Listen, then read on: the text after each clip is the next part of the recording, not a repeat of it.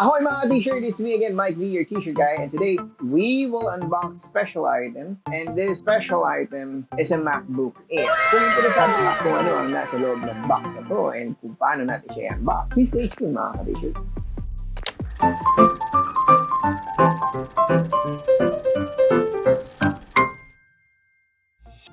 Okay, nandito na nga tayo. No? Thanks to JMStoreph for having us this product. No? Napakaganda ng kanilang service. If I were you, if you wanted to have an Apple product, so please visit their Instagram page. I will be having the link below. Kung gusto yung bumili ng mga cheaper products ni Apple, but warranty siya ng Apple Store or Mac or Power Mac Center. So please do visit their page. Nandun na rin sa description box para i-click nyo na lang. And binigyan din tayo ng special freebie na pouch.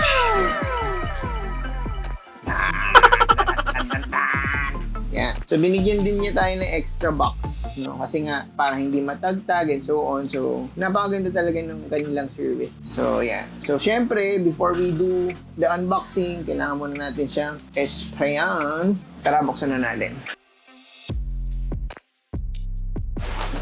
Yan. Bakit nga ba tayo bumili ng MacBook Air? Dati, di ba, nagkaroon ako ng MacBook Pro, no? Kaya lang, yung MacBook Pro na yun is an Intel product. Tinignan ko rin yung serial number nito. Legit siya. Hindi siya yung clone or something. This is a legit product from Apple. So, ano nga ba itong MacBook Air na to? This is an M1 chip. An M1 chip is yun yung bago nilang chipset ni Apple. No? They are not using anymore the Intel products because they believe na yung kanilang processor right now na M1 chip is a very sustainable doon sa kanilang software. Which is kaya ako napabili nito. Dahil according to the reviews ng mga kilalang mga tech reviewers kagaya ni David 2D and ni Unbox Therapy and yung mga magagaling na mga unboxing tech reviewer, this is the best MacBook product right now na very powerful siya, at the same time cheap siya, unlike dun sa before, no? Hala, hindi ko na-own. This is an M1 chip, no? It is an 8-core and 7-core GPU. Tapos, it's a 512 gigabytes, no? And an 8 gigabytes of RAM. Sabi nila, this 8 gigabytes of RAM is, pag sinabi natin na 8 gigabytes of RAM, di ba, it's a laughing stock na already. Kasi, bakit ka bibili na 8 gigabytes if it is already available na yung 16 gigabytes? And I think yung mga softwares right now are very working well sa 16 gigabytes. But, the tech reviewer said na yung 8 gigabytes of RAM netong MacBook Air na to can beat the 16 gigabytes RAM ng mga Windows na laptop. So, doon yung pwede natin tignan. And, of course, ito rin yung first na MacBook product na walang fan. Akala nila madaling uminit itong product na to, pero based on their testing, hindi. So, napakaganda na itong matignan natin, no, first hand. And at the same time, itong MacBook Air na to has a long-standing battery life. No, napakaganda ng kanyang battery life. According to the tech reviewers, we have 17 hours total na battery life. Pero kapag ginagamit mo siya na rigid, it's 11 hours total of battery life. Which is napakaganda kasi, di ba, hindi ka parating nag-charge. And for you, if this laptop na to is parating on the go, mas maganda siyang gamitin, no? So, ito na, no? This is the moment of truth. We will unbox this one. Buksan na natin. Ayan na. Ayan na. Woo. Woo. Woo. Ayan. Tingnan natin. Yun, no? Handa na ba kayo? So, this is the MacBook Air M1 chip 2020. Yun, no? Kilala nyo ba dati? Yung MacBook Pro na muntikan na malaglag. Flashback. Itong MacBook na to, this is my first MacBook Pro. Alright guys, what do we have here? We're gonna be unboxing something very, very cool. Oh, munti ka pa malaglag. Kita niyo? End of flashback. So ngayon, alam na natin kung paano siya hatakin. Kaya hindi na natin siya malalaglag. So may learnings na. So yan, napakanipis. Tingnan nyo naman kung gaano kanipis yan, di ba? Yan, no? yan ang binibili mo dyan. Diba? If you have an on-the-go schedule and gusto mo siyang pangharabas, dalhin, no? So makikita niyo dito, you have two Thunderbolt ports. Yan. Yan. And you have your, of course, charging dock. No? So, yan.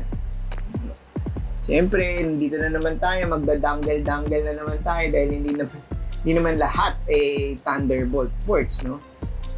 So, yan. Napakanipis, di ba?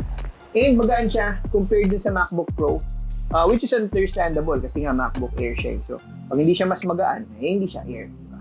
So, yan. Napakaganda. So, nandito pa rin yung kanyang one hand na last time kasi epic fail di ba? Hindi ko mabuksan ng one hand pero ito pwede yan. Malaglag, di ba? Madulas kasi yung surface, no? Pero, yeah, napakaganda ng design. And makikita niyo dito, wala yung paninang touch bar, no? Yung last time na binili ko na MacBook Pro, ito, makikita niyo dito sa video na to. Yan. Yung MacBook Pro na yun may touch bar. Pero apparently, nung na-overcharge siya, nasira, pumuti. Hindi ko naman siya nagagamit. So, wala ring sense kung bakit nandun siya. So, might as well, nakita ko dito, hindi naman na kailangan ito. So, yeah. And you have the stickers. Yan. Nandito yan lahat. And, yan. And yan. So, typical MacBook. So, nandito lahat, yung manual and so on. And you have this, ano ba ito? Power brick. No? You have your power brick. Yan. I suppose this is 30 watts charging power brick. Yeah. Yeah. So, typical Mac. And you have the wire. Yeah. Charging wire. It's a USB-C. Yeah. Yan. And, siyempre, sasaksak mo doon sa Thunderbolt port. So, yeah. Napakaganda. So, I think, yun lang, no? Nasabi ko naman na lahat ng mga features natin. And, we are very happy that we got this on a cheaper price. No, nabili ko siya ng 62,500 siya. So, if you wanted to buy, no? Pero kung bibili nyo siya sa store, ng MacBook or ng Power Mac, it's amounting around 70,000. So you have cheaper price. Ngayon na, nagsasalita na siya. So it's a cheaper price, no? If you will buy to JMStoreph, no? Unlike dun sa mga Power Mac na to is 70,000 siya. So yun lang, and montage na.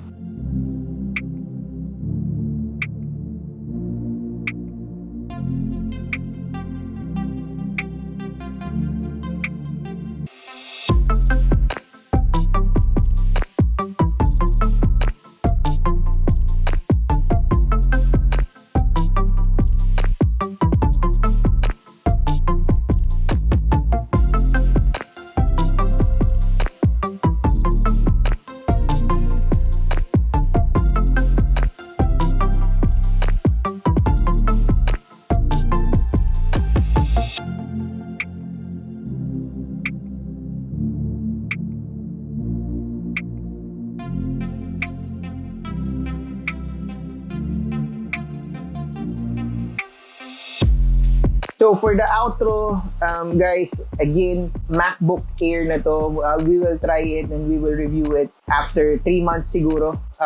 This MacBook Air will be dry run for a couple of things na ginagawa natin on a day-to-day basis. No? I'm doing side hustles sa mga iba ko mga hobbies and so on. So titignan natin yan. And then of course, we will try editing videos here. Tingnan natin kung kaya niya, no? And then let's try to play some of the games na kailangan na nakikita natin kung applicable ba siya, pero I doubt kasi Apple products or MacBook is not for gaming talaga. But let's see, tingnan natin, no? So, yun lang.